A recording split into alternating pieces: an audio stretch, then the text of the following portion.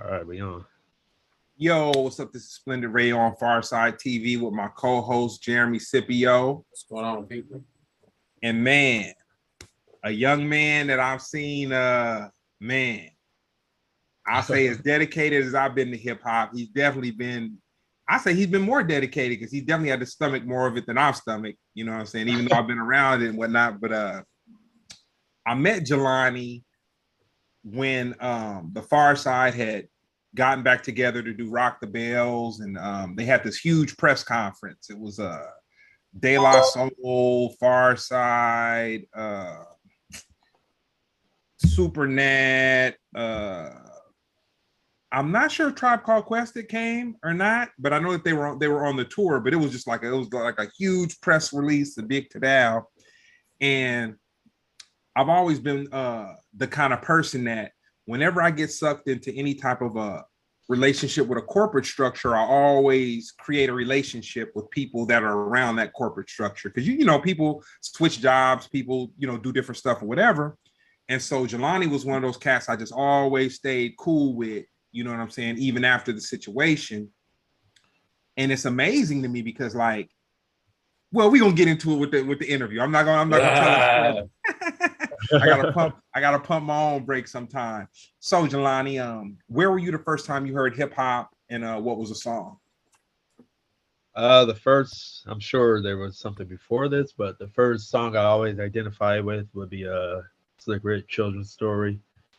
That's the one that really like stuck with me first, you know. And that was also the first like tape I ever bought. I remember my dad took me to a record shop and I copped that tape, you know. And I remember my grandma finding the tape. She didn't listen to it, she just read the liner notes, you know. And that tape, hey, I didn't see that tape for a couple of years. And I found it again one day. I still got it too, man. But yeah, dude, that's the one that really got me with that, you know, for sure.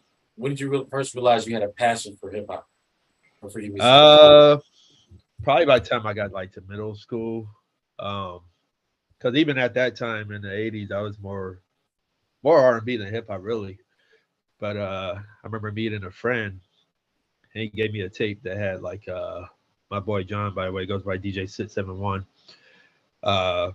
He gave me a tape with Cypress Hill on one side and Too Short on one side. That's the first time I had ever heard anything like hardcore, just like explicit, like damn, okay, you know. I mean, Slick Rick was one thing, but you know, like yeah, I had never heard anything like just completely like, you know, like just like hard, you know. So yeah, man, Yeah, that's why I really started getting into it. So I'd say about the time I was about 12.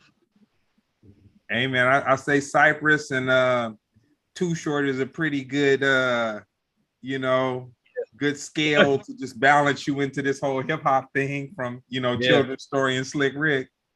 And I was really like, when I heard Cypress, I definitely wasn't used to hearing artists that weren't black, you know, rapping, you know. So that definitely was kind of like a culture shock type thing. I wasn't really familiar with Beastie Boys yet, so, or like Third Base or any of that. So yeah, that was, you know.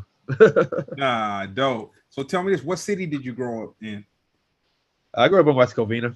I mean, I was born in Compton, but I moved when I was 8. So okay, was in West Covina from there. So yeah, and still out here.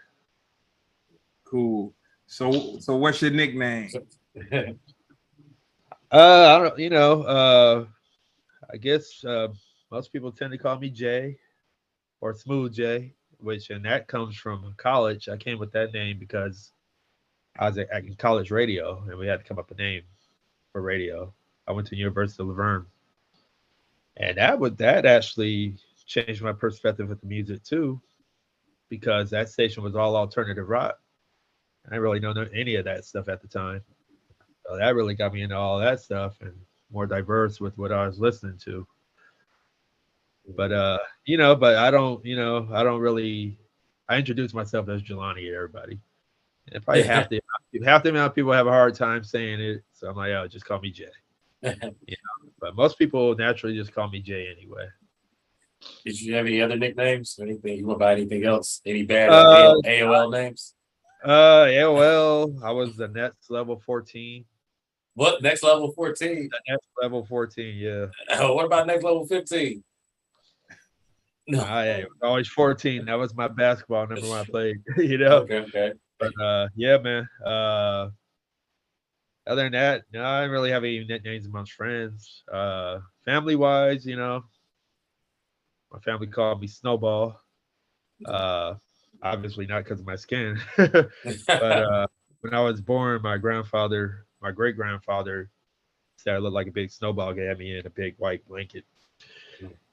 And yeah, you know, I mean, not much else. Well, my dad called me Bobo. I don't know where that came from. But, yeah. What's your favorite hip hop movie? Hip hop movie? It's a tough one between Juice and New Jack City. Well, I'm gonna tell you mine. Mine is Crooked Doc, Street Promotions. Crooked Dot. I don't know if I'm not familiar with that. Really? Crooked Dot. Crooked Doc. Crooked. Oh, Crooked. Okay. Yeah.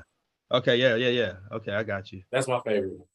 No, that was dope. Yeah, actually, I gotta revisit that. No, I'm kidding. Yeah, man. I just thought I slipped that in there. Crooked Doc was the thing he was a part of. I mean, do you consider New Jack City a hip hop movie? That's actually a good one. Yeah. I mean, it's very influential to hip hop. No, I guess that don't count. I see what's in it. Yeah. But so let's just say Juice. You know, I mean, Juice. Okay. Yeah. But you know, there's a lot, man. I mean, I've probably more I can remember. But yeah, dude. So what was the soundtrack to like your junior high school, middle school experience? Like what was going on? Because it's crazy because it's like you're totally I have no idea what your musical taste is or whatever. But it's very interesting for me to hear that you like listen to like R&B and hip hop for like a period of time, and then you kind of at a later time or at a later age you got exposed to other music. But I would have thought that you know what I'm saying? I would have thought they would have been all like a mix of everything. Yeah, no, like I mean, listen, there was a time where I would say one of those really old heads, especially with hip hop, where I was really stuck in like a certain like thing that I like, but like I got out of all that too, you know. But no, but the question about my soundtrack for junior high, right? Junior high. So I'd say probably like Tribe. Yeah, definitely Tribe, De La. You know, things around those lines, Native Tongues, sorry, vibes. I mean, Pharcyde too for sure. Cause yeah, I started high school 93. So yeah, that's around those times. So, yeah, man. And yeah, and then on the R&B side, it was like Jodeci, Boys II Men, you know, all that shit, Shy, all the popping stuff. That's crazy. Yeah. And the reason it's crazy is because I think I just connect you with so much underground music, like and that kind of stuff. And so you got in like underground and all that stuff, like kind of as an adult then. No, high school. Okay. Yeah, but probably like mid in high school, you know. But when I really started like tapping into, I started going on like websites, like for instance, like undergroundhiphop.com was a big influence on me finding all this music I didn't know anything about, you know. A couple other sites, but because I didn't go out in high school, I didn't go to shows or anything. Sometimes I feel like I'm late on that because a lot of people were going out when they were way younger, you know. But you know, I grew up only child, you know, going to private school, this and that. So yeah, but once I was in college, I really started exploring everything. And I was at all the shows and I was everywhere with my camcorder, recording all these shows. I've got all these tapes, man, just archives of stuff.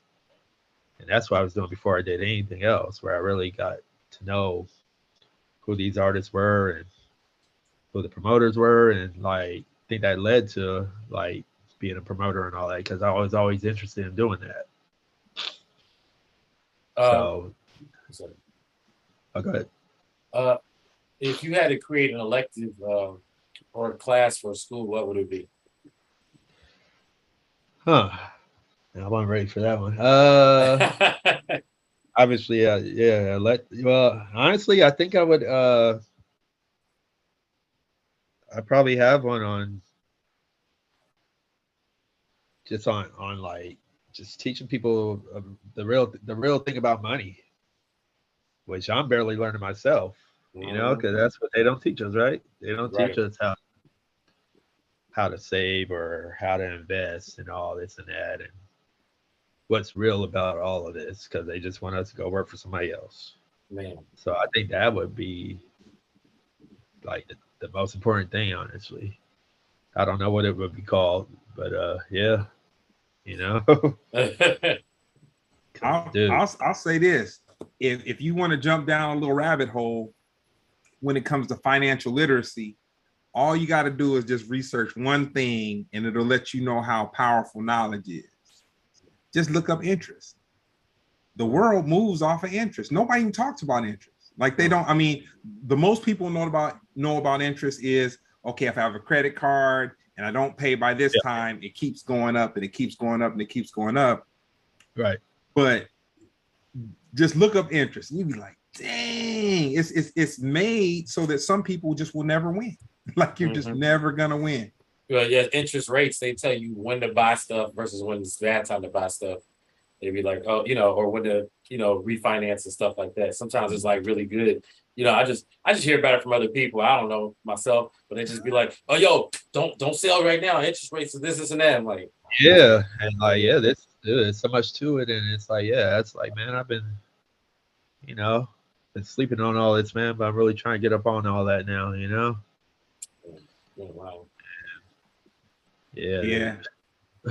As you guys could hear, my next door neighbors got some financial literacy going on, man. They got all these hounds, man. Ooh-wee. Oh, we can't hear that. I'll be on 10, man. And I keep dogs, man. But if you go further than me, man, you really taking it to the max, man. That's funny. You know what I'm saying? You really take to the max. So in high school, senior year, you're about to graduate. And you know what? For people that are watching, I know we are belaboring you with this before part, but this dude, Jelani got a story. He's into some stuff, but we got to build it up to where we going. So anyway, back to the question. In high school, senior year, you're about to graduate. What did you think your path was going to be? I just knew I was going to go to college. I didn't have I don't remember having particular career interests. Well, yeah, because I went to school for communications, so I always thought that, yeah, maybe journalism. I was always good at writing.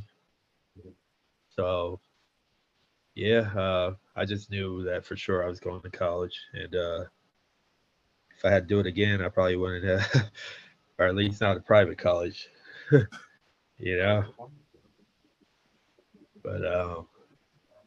yeah, man, I wouldn't take it back, but yeah, definitely would have went a different route with it. What was the first event you ever promoted? It was actually Audiotistic 2001. Autistic, that's not hard. That's a big, that was a super rave, man. I was like a rave on steroids. Yeah, and and then you had huge hip hop artists that were part of it. Oh yeah, no, So Audiotistic now it's not what it was then. I mean, because it went away for a while, and then it came back with Insomniac. But at that time, it's because the main promoter for Audiotistic is Channel 36, but they partnered with Guerrilla Union at that time. I remember just seeing a flyer, and it had on the bottom of the flyer, "Oh, if you want to join the street team, come meet up at this time in Hollywood." And yeah, just showed up to do that, And do you know Lil Jeff, Greg? Mm-mm. But Lil Jeff's like one of the old school like promoters out here. He's been doing it longer than me. He's a little younger than me, but he's been going longer than me. So he was heading the team at the time, and that's who I learned a lot of stuff from. From him and also from Turtle from Gorilla Union. Oh, okay.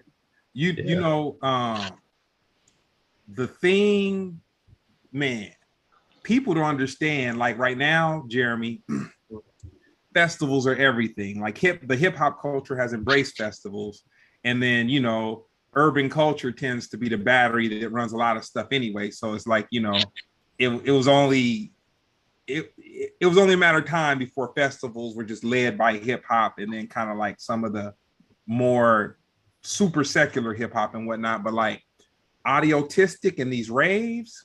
Mm-hmm. I mean, I didn't know anything about raves. Because the first Audiotistic, I went to Audiotistic just as a fan in '99. Because they had the Roots and J5, they were their headliners.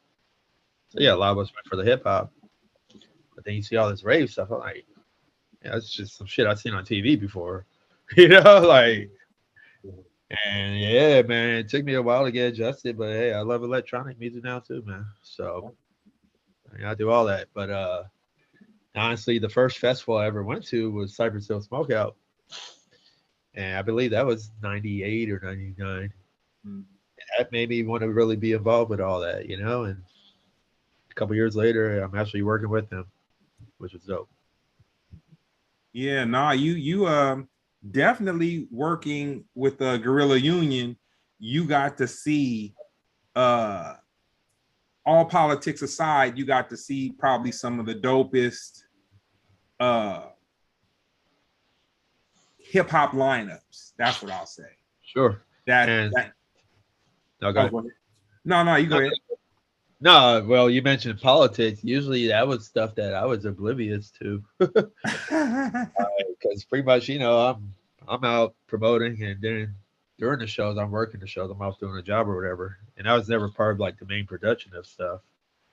So a lot of stuff I would hear like years later. Like, what? Hold on. But hey, that's fine.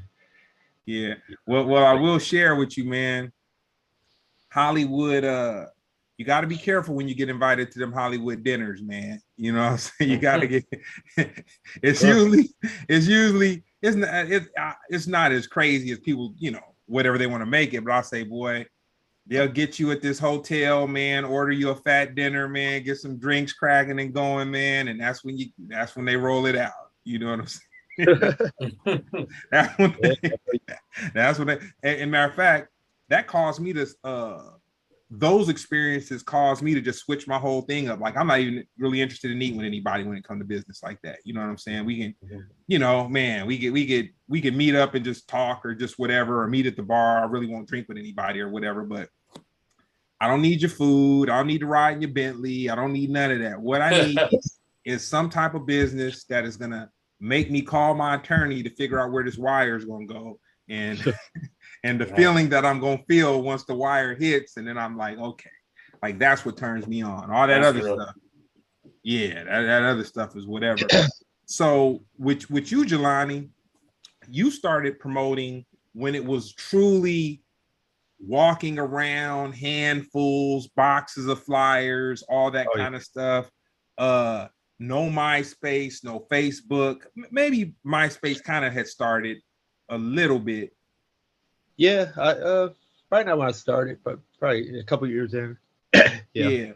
So how do you feel about the relationship with technology and promoting events? Because for me, I've seen guys who book a show and they're like, okay, and this was before Instagram, but they come to us and they say like, oh, do you guys have social media? Yeah, we got a Facebook account, whatever.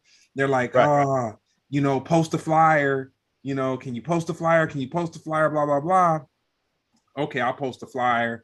Get to the event. These dudes have spent like $40,000 on the event, and it's just really a party for them and their homeboys and some pissed off investors walking around. Wondering which way did it go? Like what really happened? So with you, Jelani, what have you witnessed as far as the relationship with technology and promoting events? I mean, it's tough. Obviously, when Facebook first came in and being able to make the whole like Facebook event page and this and that was dope. Especially you could add like everybody, and there was no algorithm. I think that's what really messed things up with all that. Because now most people don't even see what you posted. And then it started, well, they want you to buy the ads. All right, cool. Which I never did, but like that's not even as effective anymore. And yeah, you get a lot of people that don't believe in street promo anymore because they're like, well, no, you just do it online. And there are, before all that happened, it was already leading that way. So a lot of people felt that like print wasn't necessary. And I always say it depends. It depends on who you are and what you got going. You know, like if you got Kendrick Lamar show, yeah, you really ain't got to pass no flyers. Yeah. Or if you're something like an established, built up name like the Do Over or something like that, that's built up to where hey, they know to come. David Chappelle. But yeah, and then the thing about like, oh, you know, like I'm gonna get a bunch of people that got a gang of followers to post it. Oh, that's gonna help it. Well, maybe, maybe not. I mean, because most people's followers aren't real followers anyway. You can't even always tell. I mean, because honestly, like, hey, I mean, most of this business, hey, you got to pay for everything, and that's that too.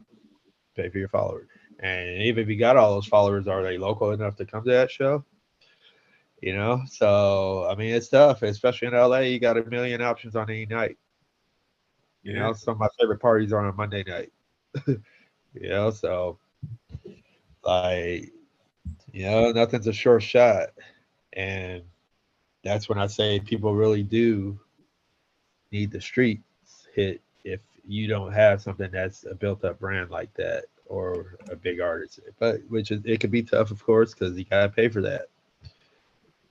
So it's adding your budget. You know, a lot of people want to throw an event and they don't really have any money.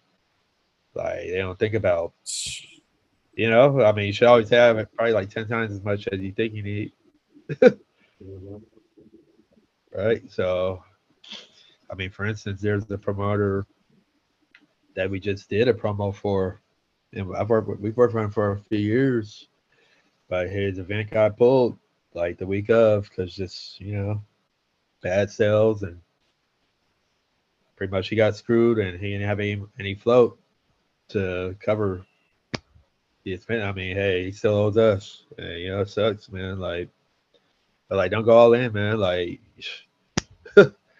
you know, yeah, like, man. I'm gonna throw an audible, man. I don't do it. I don't do it often, but I got to, man. All right. So we used to do this part of the show that was called the Monkey Hustle Chronicles, and what the Monkey Hustle Chronicles was like either something that happened to you where you got hustled, or a situation where you saw somebody get hustled. Okay. You do not have to. No, I don't want you to mention any names. What's the craziest promoter situation that you have ever witnessed? Well, not the craziest, but one that would blow our minds, because it's something I'm sure it's one you can't even talk about. But night of show or before the show, the craziest thing you've seen a promoter. Oh man, sorry, one moment. My son is calling me. Nah, it's all good. I meant to tell you before we start that he might be coming in the middle of this. Dad, I borrow $20. I just need $20, Dad. Man, hold on. Noah, I'm just gonna test him because yeah, it's like connected to a computer too. I forgot about all that. Yeah, that's all good. Yeah. All right, but you gotta check on the kids, man. Yeah, no, because first he told me he was coming and he said he wasn't. Now he says he is. All right, sorry to be on this live, but anyway, hey, that's live, right? All right, anyways, man, all right, let me think. Okay, I can remember one. So you don't want me to mention the promoter name, or is it okay? Nah, we ain't gotta mention the name. Tell everything. No, I'll say this. One of the craziest stories I've heard. Yeah. I wasn't there, but it had to do with the Pharcyde and Run DMC, and it was probably some other acts or whatever. But it was something where the promoter got everybody up to this place to do a show, and I guess Run DMC was smart enough to understand that the money wasn't there and they weren't going to do it. So then they bailed out, and then other people started bailing out. And then it just didn't go on. That's kind of along the lines of what I was about to talk about too. Oh, but go ahead. Yeah. Honestly, I don't even remember the promoter anyway. I remember the guy, but I don't remember who. But anyways, it was somebody. I remember this cat tried to do this festival at a college, local college, and festival. Everybody wants to do a festival, but it wasn't really. But whatever the case, it was I remember they had Psycho Realm, and they had I think Black Milk was on it. I can't remember who else, but whatever the case, I remember. Yeah, same thing, dude. Can recall weeks leading up, I had some friends that were, friends with that promoter. They're like, man, he's spending all the fucking pre-sale money on weed. Pretty much, hey, he's expecting a big turnout. And of course it didn't turn out like that. But they did at East LA College. And it was a weird setup. I remember they had the stage in the middle of the field, but everybody had to sit in the bleachers. Unless you had VIP, then you could stand at the stage. And I remember, I think it was Living Legends. I think they had performed. And then after they performed, Psycho Man was supposed to come on next. You see all the security. They just all started walking out. They all left. Because I guess the money wasn't there. I'll give you one where I didn't come out. I came out more victorious than others. I didn't come out victorious because I say it was probably about maybe 2 G's, 2,500 shy of what the purse was supposed to be. So there's this rap group, old school rap group, kind of in the same time period as the Pharcyde or whatever. So one of the guys, he's like, yo, man, I'm gonna put you in touch with my manager. My manager's trying to do this show. We want you guys to perform. And who else do you think? And I'm always one of those dudes when it comes down to somebody asking who would be kind of cool to see with the Pharcyde.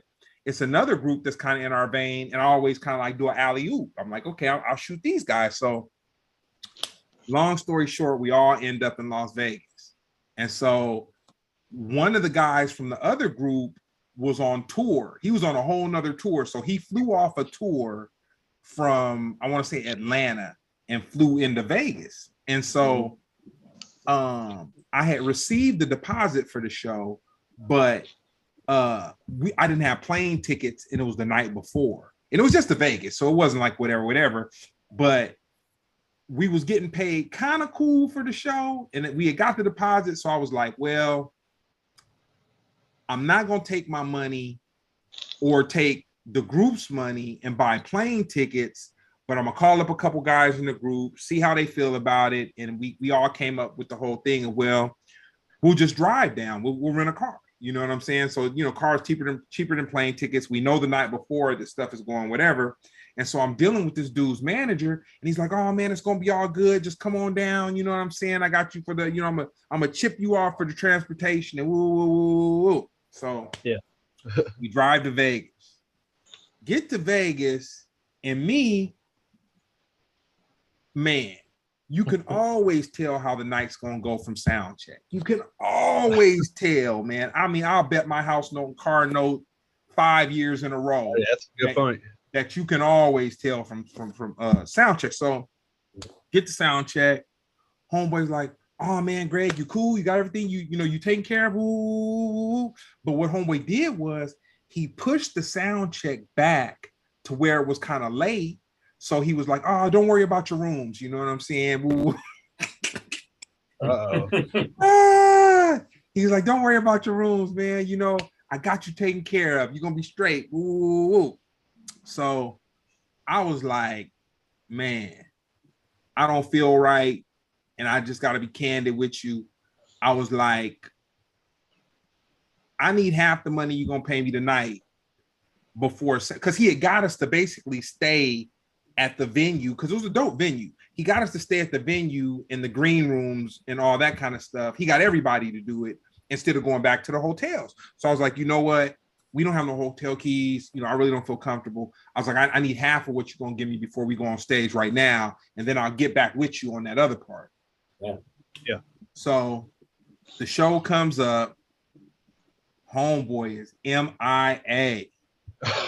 We're left dealing with the people that work for the venue, and they're like, oh, this guy's a nightmare. Whoop, whoop, whoop, whoop, whoop, whoop, whoop, whoop, whoop. So I go back to the green room. I don't tell the group. And for whatever reason, some of the other groups that were there, they've been on the tours that I've tour managed. And so they kind of look to me or just whatever. And they're like, yo, man, what's going on? You know, what's going on with the money? So I'm not going to tell nobody that I got half of what we going to get before we go on stage.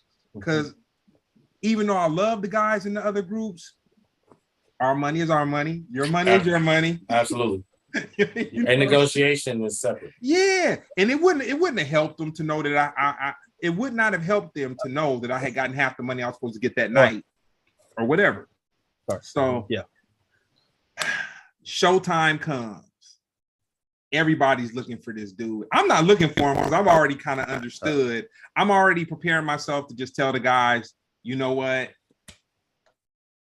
I'm about 2,500 short, but I got a gang of the dough. So you know what I'm saying? We just gonna chalk this one up. So we do the show. Homeboy disappears. He goes and tells all the groups that he couldn't afford to pay them because he paid me. And I was just like, wow. Oh, man, come on. And then I'm telling them I didn't even get paid all the money. You know what I'm saying? So we're about to everybody has to clear the venue. So we're clearing the venue and we're walking outside, and I see one of the opening acts, which is a pretty reputable MC, and he's trying to get back in, but they're not letting him go in. And he's like, dude, I need that money. You know what I'm saying? Like literally, he was in Las Vegas, no money, no place to stay. This show was his everything. What's up, little man? I remember him when he was you know, I remember him when he was a thought, and then I remembered him when he started coming to hip hop shows. You know what I'm saying?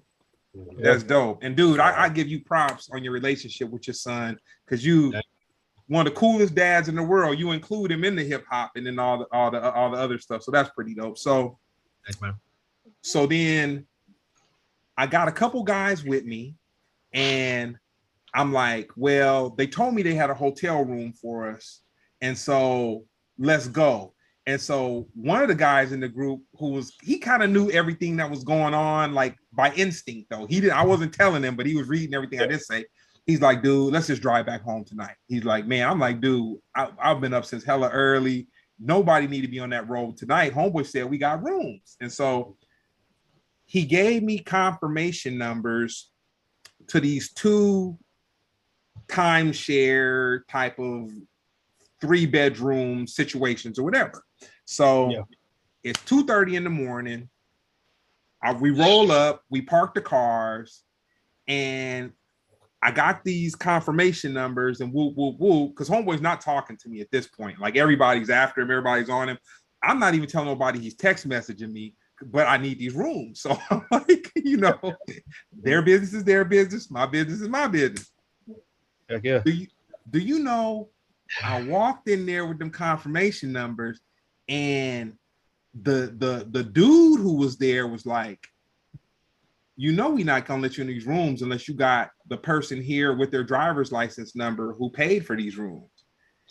And I'm like, man, how? Because homeboy was not gonna come anywhere. Like he knew fools was after him. Like he had owed, and he had owed at least $15,000, not even including what he owed me, but he owed at least $15,000 for the whole little woo woo woo.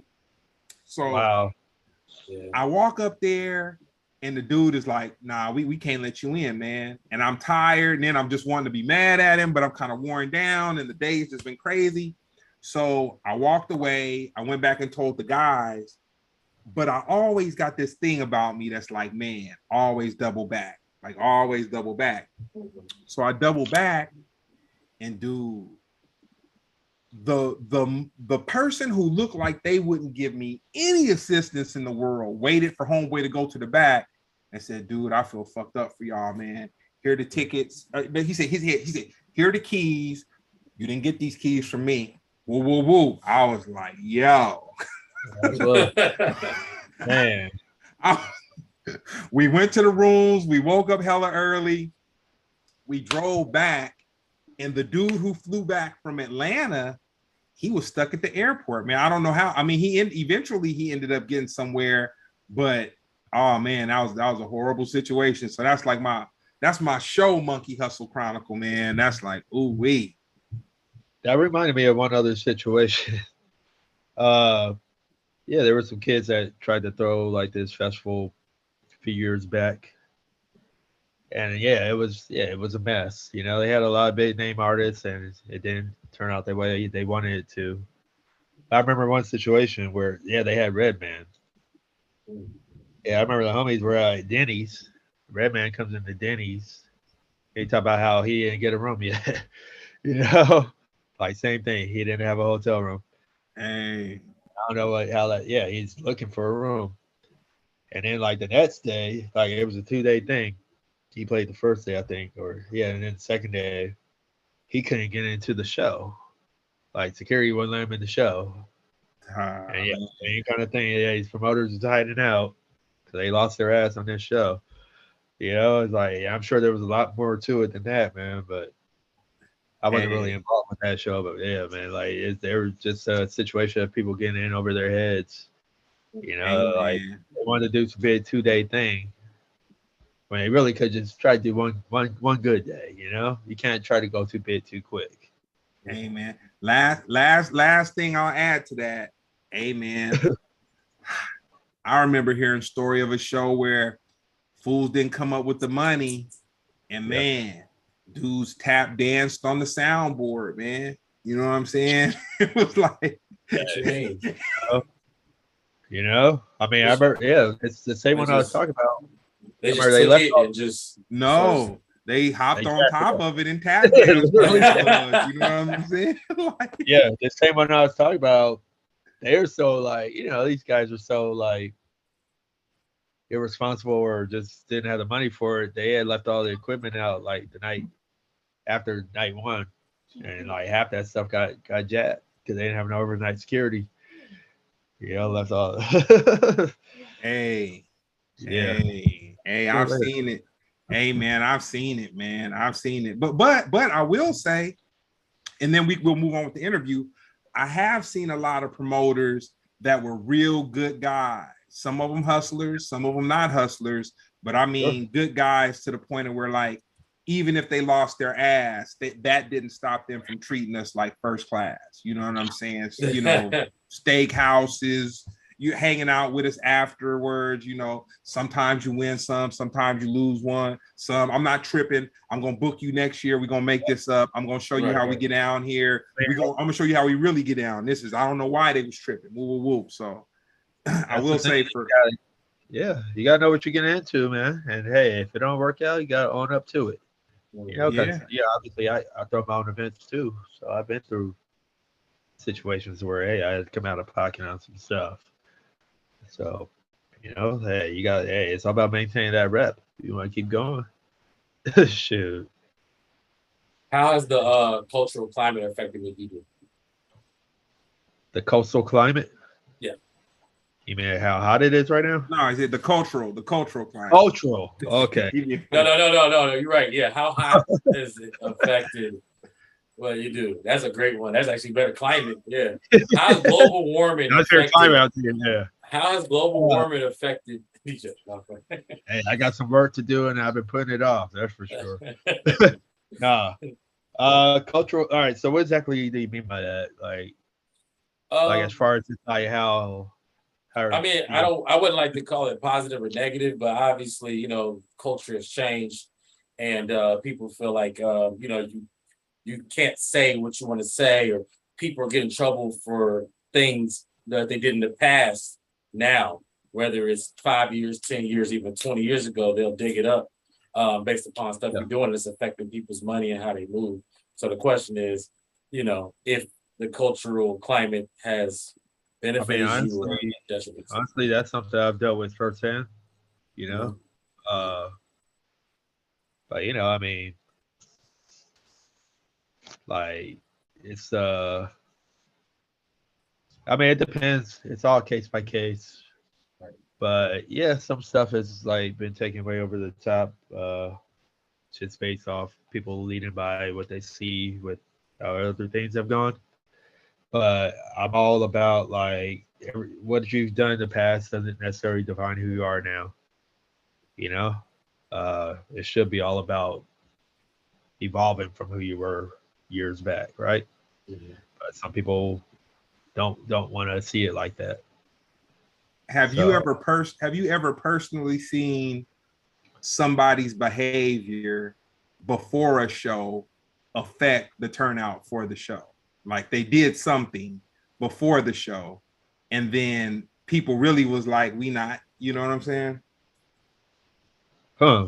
You don't have to name the artist, but have you? No, I wasn't gonna think of any names. I'm sure I have. I'm sure I have, you know, but I can't think of anything in particular. But obviously, yeah, like that's a good like question because like everything's about the energy you put in, you know. So yeah, I can't think of anything in particular, but yeah, that's that's a real thing. Yeah, nah, that's some stuff. So, what's the best advice anybody's ever given you? Huh. Yeah, that's a good one. You know what? I always think about when I used to like say like when I have my shows, I'd come back home and tell my mom. And I don't know if it's advice, but it's definitely something that used to bother me, but now I get it. She'd always ask me, "Well, what did you learn?" And it would bother me. I'd be like, "Yeah," it would annoy me. But I was like, "Man, yeah." And like that's why now I always try to like tell people, "Hey, you should always like take something out of any experience that you've learned something because you don't never know it all. You know, even if you thought it was perfect, there's something that could have been done better." So yeah, I'd say that would be the best like advice I've gotten just from that question, man. You know, and over the years, really understanding why she would always ask me that. She had a crystal ball, man. She could tell when you walked into that house, she knew something. She knew you had learned, whether you were gonna tell her you learned something or not. Yeah. Yeah, you know, I just like always, you know, I ain't like being put on the spot, but you know, we need that. Yeah. Do you have thoughts on cancel culture? What are your thoughts? I mean, I guess that's kind of along the lines of what you last asked, you know. But yeah, like I think it all depends. Everything is case by case. I mean, the thing is, like, there's too many people that like have an opinion before the facts are really out. For the most part, most of the time, you know, usually people are gonna pick a side right when they hear something. So that I don't like at all. And usually I'm always like, well, let's just wait to see how things play out before I feel some kind of way about whatever what was reported. Because yeah, it's you know, it's something every day, and people jump to conclusions. That's for sure. And typically, hey, usually if it's a thing between two people, that's between them, and you really ain't gonna know the truth. I'll tell you a cold one. People don't even care about the truth. Yeah, that's true. Even, like, yeah, people are convinced. Like, yeah, usually, like, if they got their mind made up, they got to stick to that. That's for sure. Yeah, man, they not worried. You could sit there and tell somebody the truth. And my favorite analogy is like, say for instance, you have like a baseball team, like a you know, not T-ball, but above, like right above T-ball, like a little league team. Right. And then you have the coach who's like, man, he probably got the latest Chevy or the latest Ford, you know what I'm saying? He gets the you know, he gets everybody hot dogs and stuff like that, whatever, woo woo woo. And then you have the team mom. She's like cool. All the other team moms, or all the other moms, you know, they kind of look up to her in every single thing. Yeah. And then the coach and the team mom, they get a divorce. Nobody wants to hear about the venereal whoop-de-whoop. Man. And if you say that, you're gonna make the coach look crazy because everybody's like, oh man, they make such a beautiful couple or whatever. And the coach is like, man, this scallywag, man, I ain't tripping off her, whoop-de-whoop-de-whoop. But everybody's like, oh man, they look so beautiful together. We gotta get, and dude, that's just the cold facts. Nobody really cares about the truth. And the lie is more entertaining than the truth most times. You know what I'm saying? Yeah. No, that's a good point, man.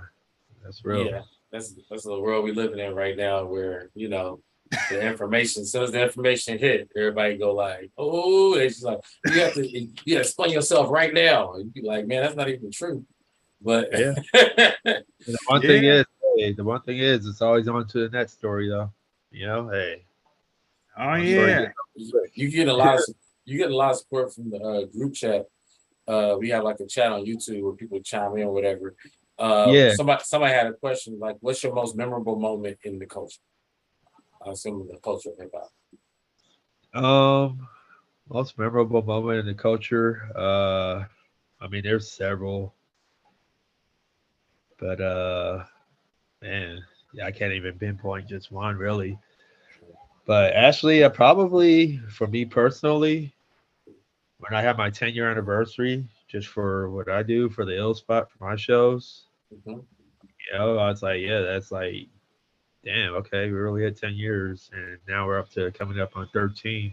Wow. So I think that would be the best one for like personal like accomplishment and whatnot. As far as like say most memorable, if I was like attending an event or anything, it would probably be probably that first big festival, man, Cypress Hill Smokeout, which really I grew the love for wanting to do all this, you know, and really wanted to be a part of it all and all that actually happening, you know, and it's been dope to actually be able to get paid off of what I love, which most people can't do. Man. You know? Mm-hmm. We ain't balling, but I'm happy. So, yeah, man. So tell me this though. You never did you ever get to see Rage Against the Machine perform? Yes. So yeah, that's actually like... Yeah, no, so that's up there too, because that was the first year I went to Coachella. Because I was already working with GU, but I missed them when they played Route the Bells because I had a family reunion the same day. But I was at the Coachella that year, and that was definitely one of the dopest like festivals for sure. It was Rage, Chili Peppers, Bjork, those were headliners. And yeah, they're amazing, you know. And I've seen Rage maybe like 3 times. But so, that first year of Smokeout, I saw System of a Down, and that blew my mind. I never even heard of them until I saw them there. You know, like, man. Yeah. So tell me this: what you being in promotions and everything in the last like 10 years, Coachella has become very like, it's not just about the Avid Fest, like it's become very urban. Like you, I know you've had to see the transition from Coachella, where Pharcyde played Coachella one year when I was there, and J5 was there, and I remember I never knew too much about like those kind of festivals. Like I knew about raves, you know what I'm saying? But I'll say what my memory of Coachella that let me know that festival was different than just other stuff was when the Pharcyde was performing, Brad Pitt was on side of stage. And then when we walked from the stage to like the little, they had a trailer for us, you know, to hang out in, I guess, a little bit, whatever. And he was like, he was walking with us. Like, you know, he was walking, you know, talking, just whatever. And I just remember saying like, dang, what is this Coachella thing? You know what I'm saying? Like, it's doper than a rave. To me, it was doper than a rave. It was like at daytime, and it went to night. But you know what I'm saying? It was at daytime. But like the only reason I was exposed to it is because I happened to be working with a group that was actually performing. But you being in promotions, when did you notice the shift of Coachella being, you know, non-urban to becoming this urban thing? I mean, honestly, by the time I started going, it was already leading that way. You know, I wasn't there for the early days where it was smaller. Okay. I think it started like 98, 99. Yeah. So by the time I started going in 2007, it was already along those okay. lines. But, you know, like the one thing I love Coachella. I mean, I've worked it for 14 years. Wow. And I understand the whole, it's a really, you know, trendy poppy spot. A lot of people want to go there just to show that they're there. A lot more money. Like one year, I was backstage. It was during the Beyonce performance. I was talking to this girl. I didn't know who she was. Kind of find out it was Kylie Jenner. I didn't even know that. You know? Like after the fact. Like, yeah. You ditched the bullet, man. You know a lot of people jumped in front of the bullet. Jeremy, like, shoot. Hey, man. Was it not Kylie? What's up? Kendall. Man, I worked this event, and I was doing stand-up in the show, and she was there kicking it with I forgot somebody else, but all in front of us, just being regular. You know, I didn't know who because you know she looks the least like the other ones. You know what I'm saying? So right. She's being all flirty, saying hi, and I just like I'm just working. You know what I'm saying? Everybody's like, "Yeah, that's Kimble." I'm like, okay. I know. Well, how it was with me. Like after she walked out, somebody was like, "Oh, how you know her?" You know, I was like, "Well, who was?" Yeah, but she was chill. Yeah, we're charging our phones together. Charge our phones together. Yeah, but no. So, anyways, I love that Coachella. Yeah, it's everything. You get every kind of vibe, man.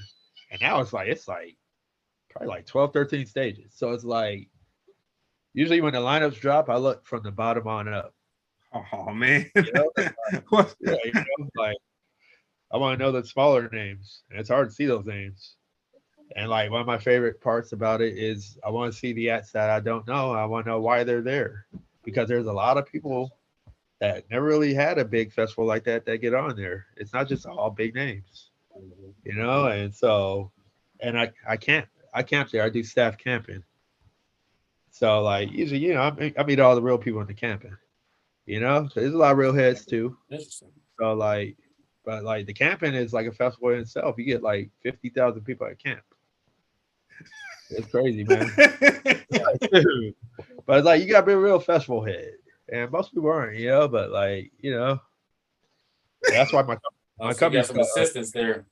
Yeah, my bearded dragon, my son's. Oh man. Yeah, we're big animal people here. But yeah, you know, but like, I don't know if I'd ever pay to go. It's a pretty penny, man. Yeah, you know? I think $400. I mean, maybe that was like an upsell thing. Yeah, it's like $4 something. And honestly, that's not that bad. You get 3 12-hour days. But you just got to think about how much you're going to spend on everything else. You know? Man. Like, the cheapest way to go definitely is camping. You got to come out of pocket big time, driving in and out and getting a hotel and all that. But yeah, everybody in Bill for that camping stuff, man. Yeah. I went one time, but yeah, I never pay. Only a capacity of like, you know, making some money. I can't. Did you go for the whole weekend? Yeah. 2015 or 16. I'm not 100% sure. Do you remember who headlined? I want to say Drake, man, but okay. Man. Yeah, yeah. I think that's 1 year I missed in between was the Drake year. Yeah, man. It was pretty live, and it was so much going on. So much to do, so many directions. Yeah, I mean and that's the thing too. Like, it's way more you could do than just listen to music or see people perform, Yeah. Like that's what the essence of a festival is supposed to be. Mm-hmm.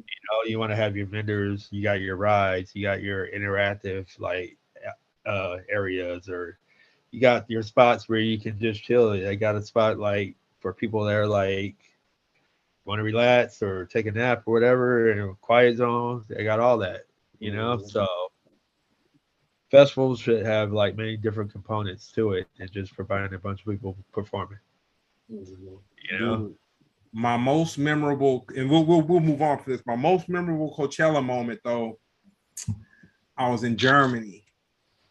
It was I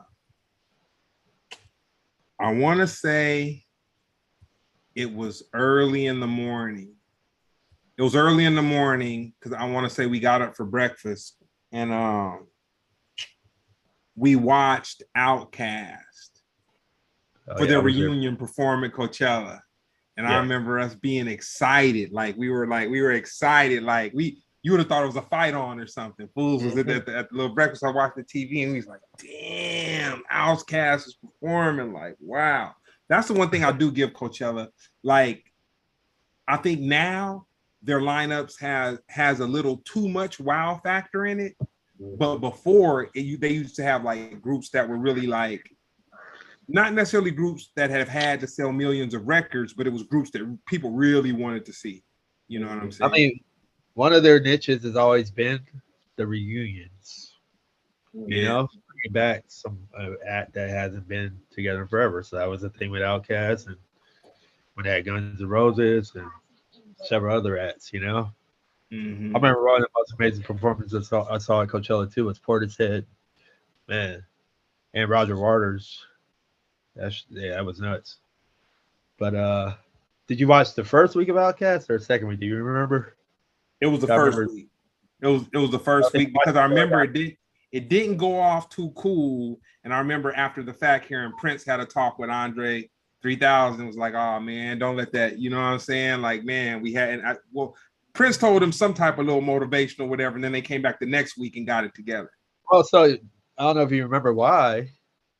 Because all right, so one thing about Coachella, it's a strict cutoff policy, strict curfew. You cannot go over time. They get charged per minute. I don't know, some crazy, some crazy thousands of dollars. Thousands of dollars, yeah. I don't care who you are. You go over that 11 o'clock cutoff, that's on you. So that's what happened. Because I don't even remember they brought Future out in the middle of the set. And he was on way too long. He probably took up like 20 minutes of that set. That like that year was 2014. Oh, it could have been. I don't remember the year, but it was the year that I don't remember what year was what. Yeah, reunited. I'm reading it right now. They said they reunited. Yeah. So like that, they were supposed to close it out, and it was with the whole world with Killer Mike, and he comes on doing his part. That was it, like. Dang. I remember 9 Inch Nails got cut, so they don't care who you are. Dang, they don't even let you close out the song, or let's just let them wrap up. Wrap it up, B. Nothing. Yeah, no. I mean, they probably tell him something, but like, yeah. I remember CeeLo got cut one time because he was like 20 minutes late. So it's like, if you late on your set, that's on you. Dang. Hey, my last little Coachella, whatever, I went to go and meet a booking agent up there. And I literally drove up there to just talk to this dude, have a drink, and eat for an hour and a half. I drove up there. I went, parked, hooked up with him, had a drink, had a sandwich. We talked. I got right back in the car, 2 hours to get to the freeway from the parking, and back to LA. Like, ooh. Man. Hey man, that's just that's just what it is. And so with that being said, would you say that you've seen Coachella evolve in the years that you've dealt with it, as far as trying to make something that's more interactive with everybody? Or do you feel like they just rely on star power? Like right now, it's just basically the oohs and ahs. Nah, I mean, definitely it's like That's as I was mentioning earlier. They have like so much more to offer. Even in the campgrounds, in the early years of the campgrounds, it was just camping. Mhm. But my boy Gopi and some other people helped develop camping into more of an experience. Cause it used to be with camping, like you had to have a pass for camping. Now the festival exits into camping because they realize they can make more money. And they have like a whole silent disco thing going on, and throughout the day of camping, they got like shops and all kinds of things going on. They have like kind of like some camp stuff where you can do dodgeball and like different games and whatnot. And then like obviously like they offer a lot of interactive stuff because they have a lot of corporate sponsors or whatnot that could benefit from all that. But I mean, the star power definitely drives it more than anything. But it's they offer a full on experience, and that's what it should be. And that's pretty much usually how most things are with Golden Voice Productions. They're good with offering like a good overall experience other than just like the performances.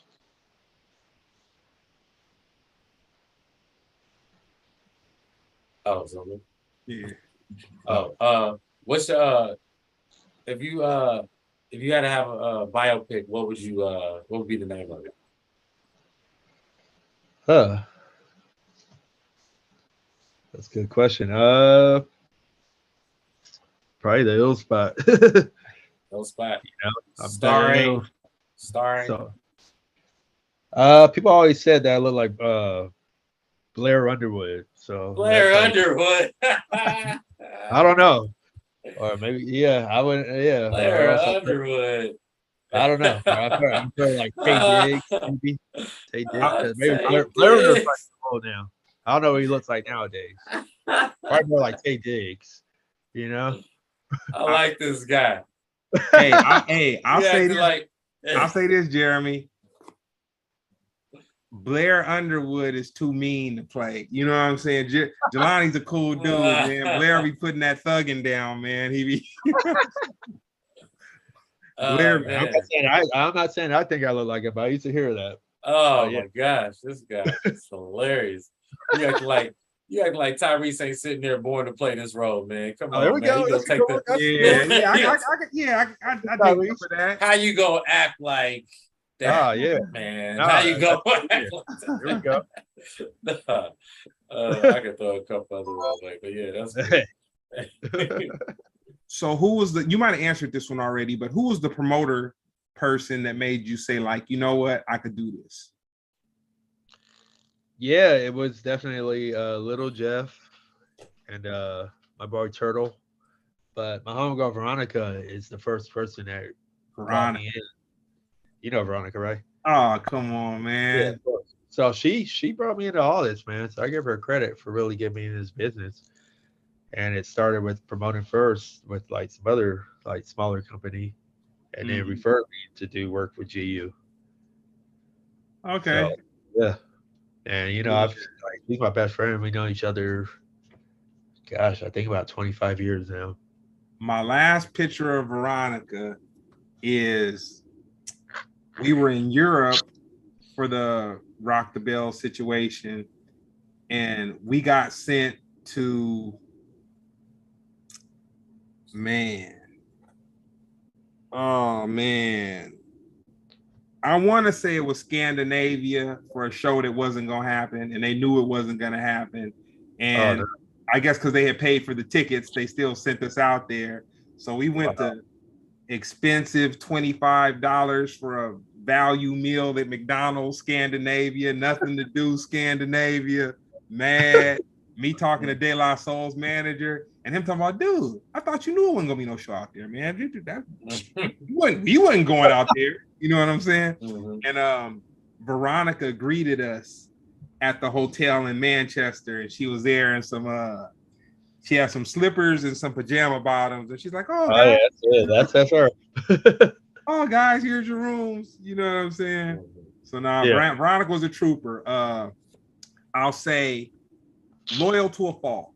You know what I'm saying? Loyal to a fault. I'll say she was definitely an advocate for us dealing with some of the craziness that we dealt with or whatnot. But yeah, Veronica is definitely a first class. Some is Veronica. Yeah, man. Yeah, she's doing good, man. Yeah, she lives like right around the corner from me. Oh, dope. Yeah. Has your system affected how you move, do things? I'm sorry, what was the question? Has your faith system affected how you do things, how you move? Faith system? Yeah. What does that mean? Like what you believe in. Oh, faith. I like that faith. Yeah, maybe my thing. No, I mean, I'm not really like in a religion. I mean, I was, growing up, but believe in spirituality and all that. And I try to try to think over every decision before moving on it. And yeah, I've learned a lot of things just through experience of making those bad choices or whatever, or dealing with the wrong people. I've always had like I like to help people out. So there's a lot of people I might have like wasted too much time on trying to elevate or bring up or whatever, but I wouldn't take that back. And as a promoter, I've gone through hundreds and hundreds of people because like people look at what we do, passing out flyers and whatnot, as something anybody could do until they try to do it. Yep. I mean, you see the same guys. We've been the same guys, like same group of people been doing this for forever. Like it's a very small group that does this out here. So, I mean, it's so a lot of things are just like, hey, you learn through experience and what to do better or what not to do again, or I think it's dope, following you on social media. One of the good things about social media, you kind of get to see what people are doing. And I saw you doing some like promoting some other like brands at grocery stores and whatnot, like liquor and different stuff, whatever.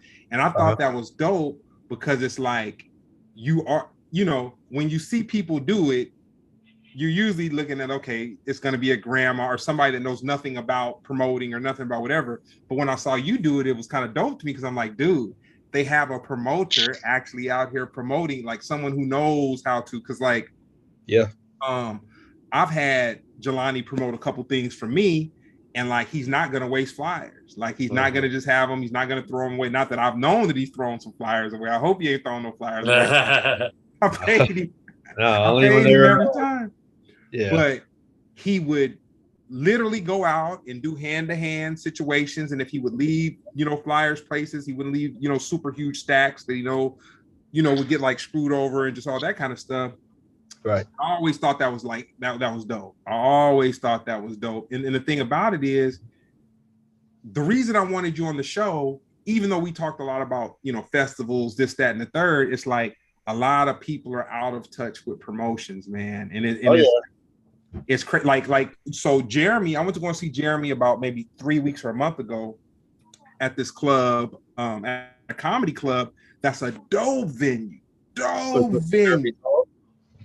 No, Jeremy Scipio, who's okay. He's a comedian. Oh, my bad. Yeah.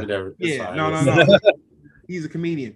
And like the quality level of the comedy show, like everybody was fun. Like man, there wasn't one person that was on there that I was just like, they're just not funny at all. Like everybody was like, I was entertained. Like I almost wanted to tell a friend type thing. Like, man, this is some dope. People ain't getting this.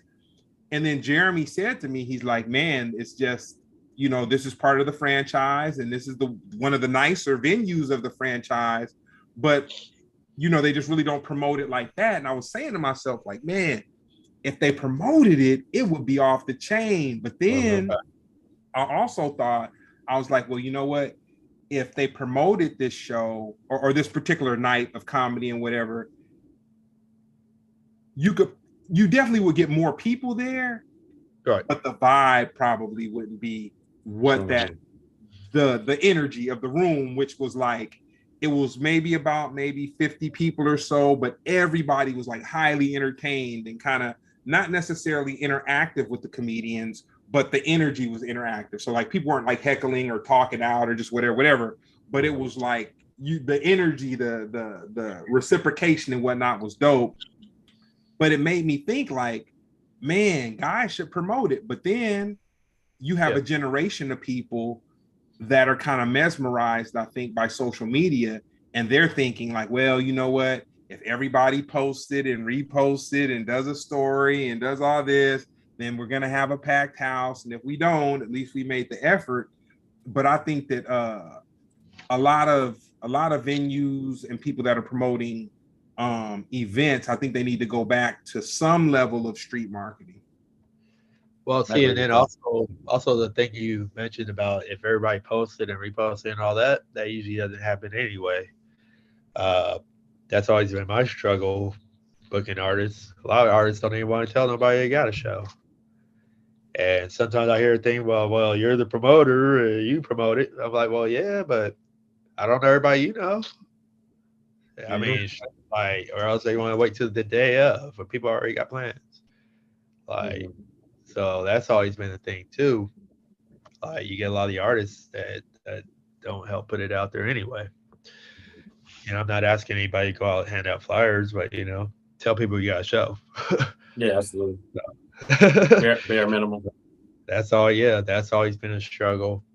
You know, but yeah, and then like as you were saying, like with the crowd that came in, like sometimes it's more about having that authentic crowd that's really all about that particular event, opposed to bringing in a bunch of people that don't know what they're coming into or just coming just to come.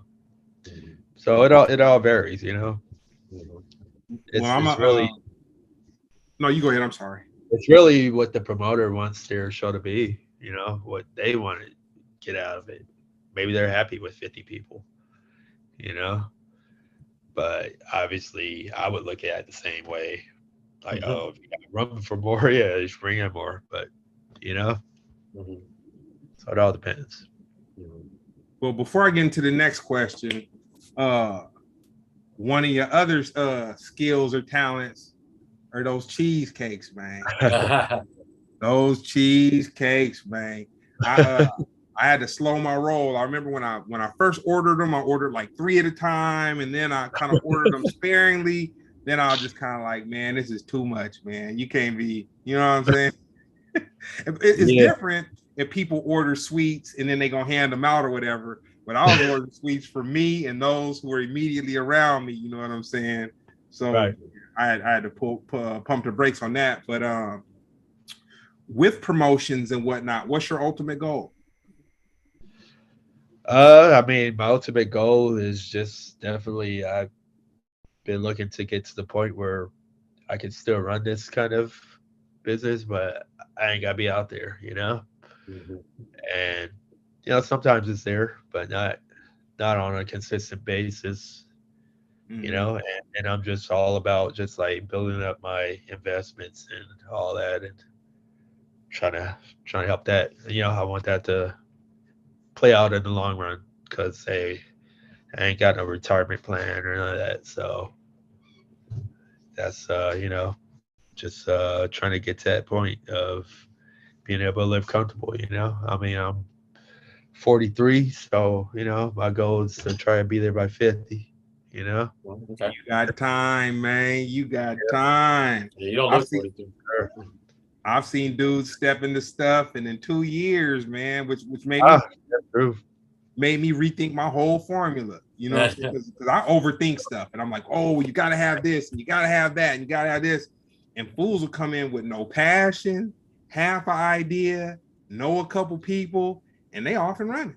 Yep. Yeah, and sometimes, hey, big part of life is luck too, man. So hey, don't ever have like, yeah, you should always believe in luck as well, because hey, sometimes hey, it's right place, right time.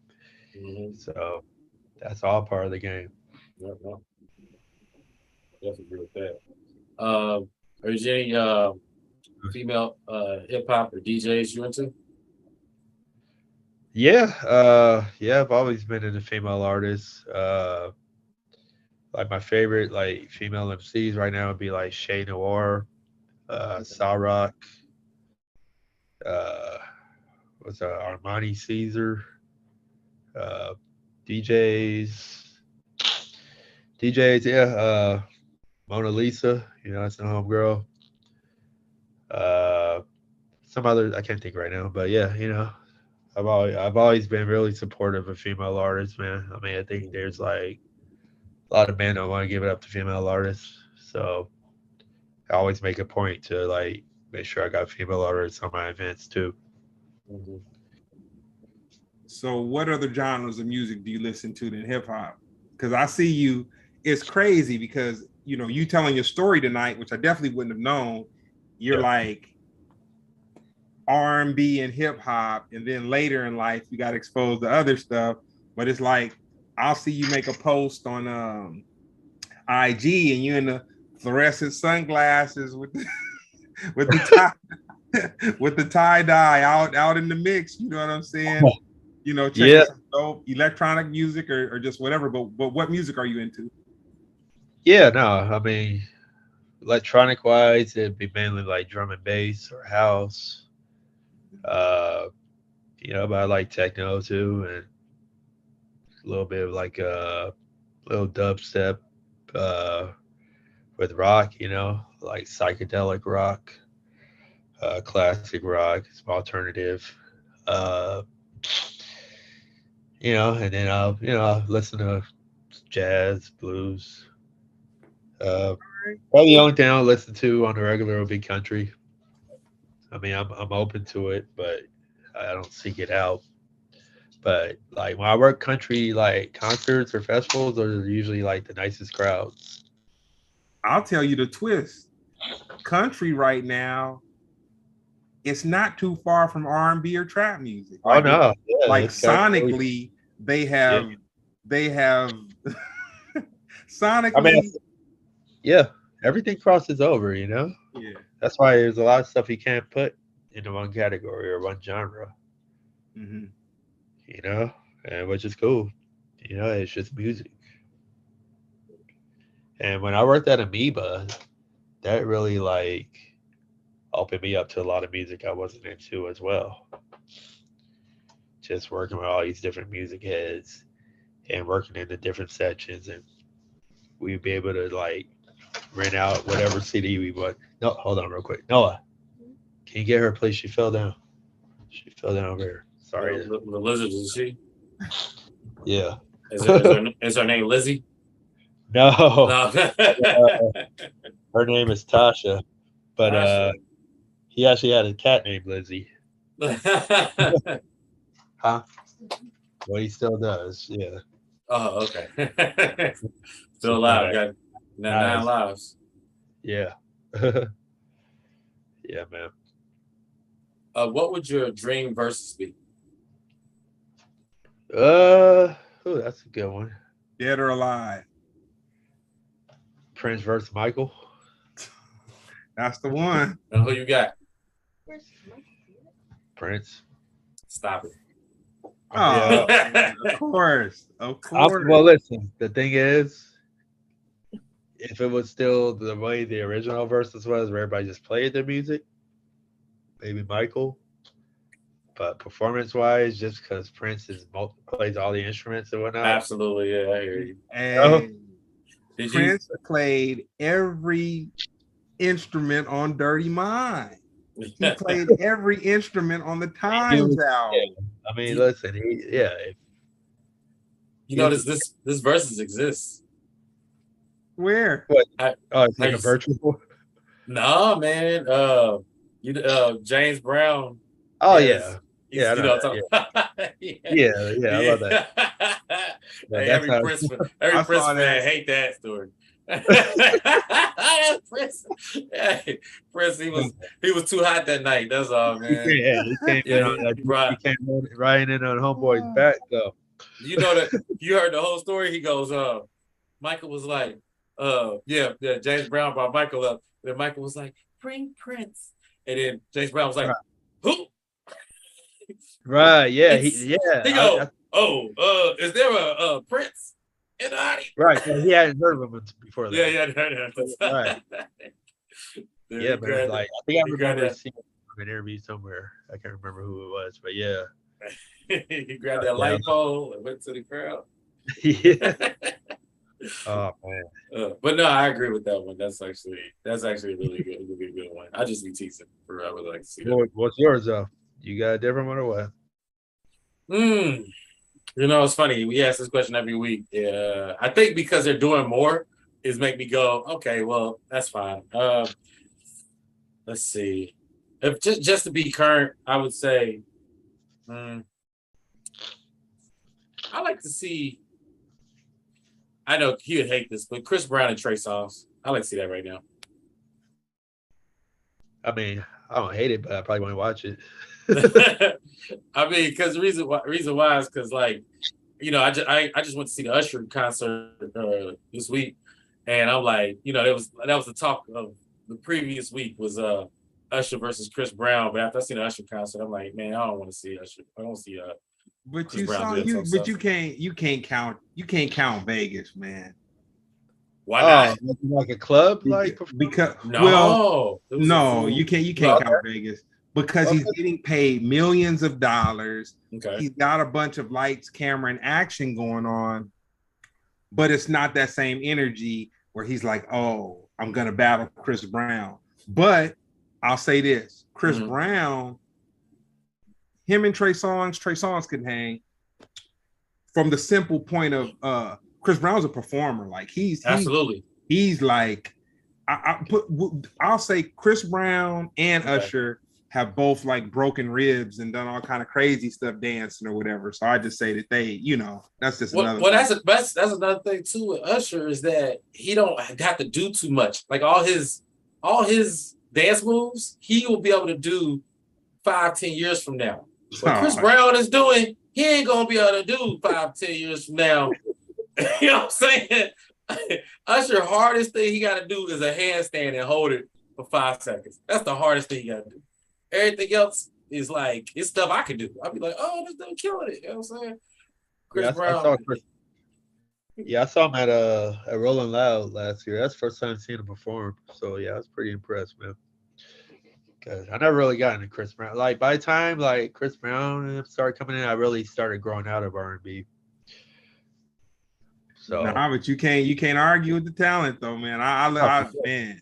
Yeah, especially with this R&B is dead conversation that Diddy started. You know what I'm saying? So I kind of want to see some R&B people go at it on a supreme level. You know what I mean? Like maybe some Brian McKnight and Maxwell or. Oh wow. You know what I'm saying? Something. You know what I mean? Yep. Like we got to see. You know, we need to bring R&B back, man. You know what I mean? Sure. The R&B people are rappers these days. That battle you talking about will bring out all the silver foxes, man. That's dope. If they not dyeing their hair, man, they'd be silver. But you know what though? That's the thing with Usher. Usher, he got a range that I don't know who else got. Like he got the 60-somethings, and he got the 20-somethings. So his range is crazy, man. You know what I mean? But I highly suggest that. I want to see something cool R&B. That's all. Sure. Well, nah, Jelani, I'm gonna hit you with the last one, man. I appreciate all this. You know what I'm saying? Likewise. So, with you being out in the mix, you being shut down in the pandemic, being uncertain when you'd be able to promote a show again, to the feeling you felt when you picked up your very first stack of flyers after you was allowed to pick up some flyers and get out and about and promote some stuff. Where do you see social progression going in the next 2 years? I mean, I think it's probably, I mean, things are heading towards the whole like metaverse thing, right? So, or like virtual, and people actually like, you know, just having that as another option. I don't think it's ever going to take away the live element. But that's just like what's coming, you know? I mean, gradually. Especially, I think the pandemic really like sped that up. Do you think the festivals will ever have allow you to pay to have a virtual experience with the festival? Like, Yeah, yeah, definitely. Especially with like the with the Oculus Quest and all that. You know, you're gonna feel like you're right there. So yeah, I don't see why they wouldn't capitalize off that. You know, they definitely will. so, well, But no, man, dude, I appreciate the interview, man. like, It started off slow, but I wanted people to know who you were before we got into who you are. You know what oh, I'm saying? no, I'm all about the build up. So yeah, it's all Nah, good. dope. You want to shout out your socials and any events you got coming up? Yeah, yeah. Well, you can find me on Instagram, smoothj.14, and then you can find the ill spot everywhere. Also, my promo business, We Live This Int. You find that everywhere. Uh, also, I don't have any dates booked yet, but we're looking to throw our next show October 16th, the $5 art party with my partner Reb Deuce. We just got to lock on the venue, but just follow the ill spot to keep up with all that. And you know, just wanted to shout out MM Up Clan, my crew, also Stand and Deliver Collective. Everybody's part of We Live This in the ill spot. Everybody has supported. And big ups to y'all too, man. And just keep it going, y'all. Much love. Thank you. Thank you. Yep. Hell yeah. Nah, I'm gonna ask you about yours, Jeremy. But you know what might be a cool marriage, and it might be too much on me thinking that to cross the cultures. But I want to get a conversation at some point, between you, Jelani, and Jeremy, because the comedy is like a network. It's a network thing, but it's not. People aren't handing out flyers, and I think that if people handed out flyers, dude, it would be. I think it could be something different. You know what I'm saying? Because flyers do make a difference, and I'll say, Sure. On the level of handing out flyers, I probably hired Jelani 3 different times. And the cool part about having an actual promoter go out and do it, they can give you feedback on how people are feeling about your event. So it's not just somebody going out handing flyers or sticking them on cars or just whatever. They're actually giving the flyers to people, and they're like, "Yo, man, this is what I'm hearing. That's what I'm hearing." Woo, woo, woo. And it kind of gives you a pulse for what's going on. But anyway, that's just Yeah. Now, I came from the flyer game, man. You know, I really believe in that, and it's advanced. You know what I mean, with the QR codes, and there's so many ways to come at it now. You know what I mean? Yeah, flyers will never die. That's right. It's merch. You take it home and everything. No, I rock with that. Real talk, man. What you got coming up, Jeremy? What are coming up? Thursday, I'll be at the world famous Comedy Store for a show at 8 p.m. Yeah, that's it. You know, and Vino Underground Saturday, 7 p.m. And I'm about to check you out soon, man. Don't worry about it. Yeah. At Jeremy Comedy on Instagram. There it is.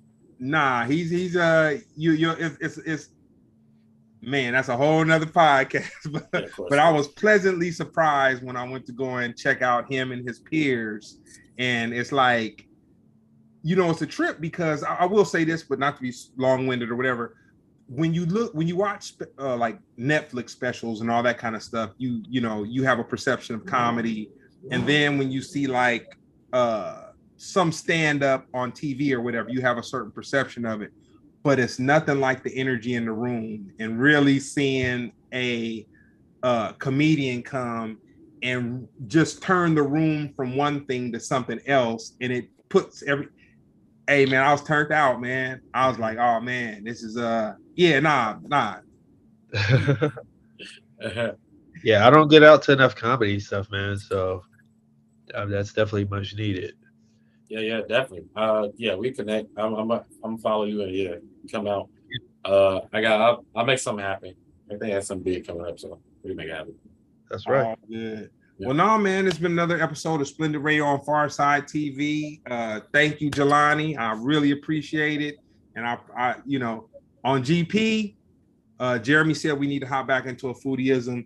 So I'm probably gonna hit you up. I'm gonna get me a cheesecake, get Jeremy a cheesecake.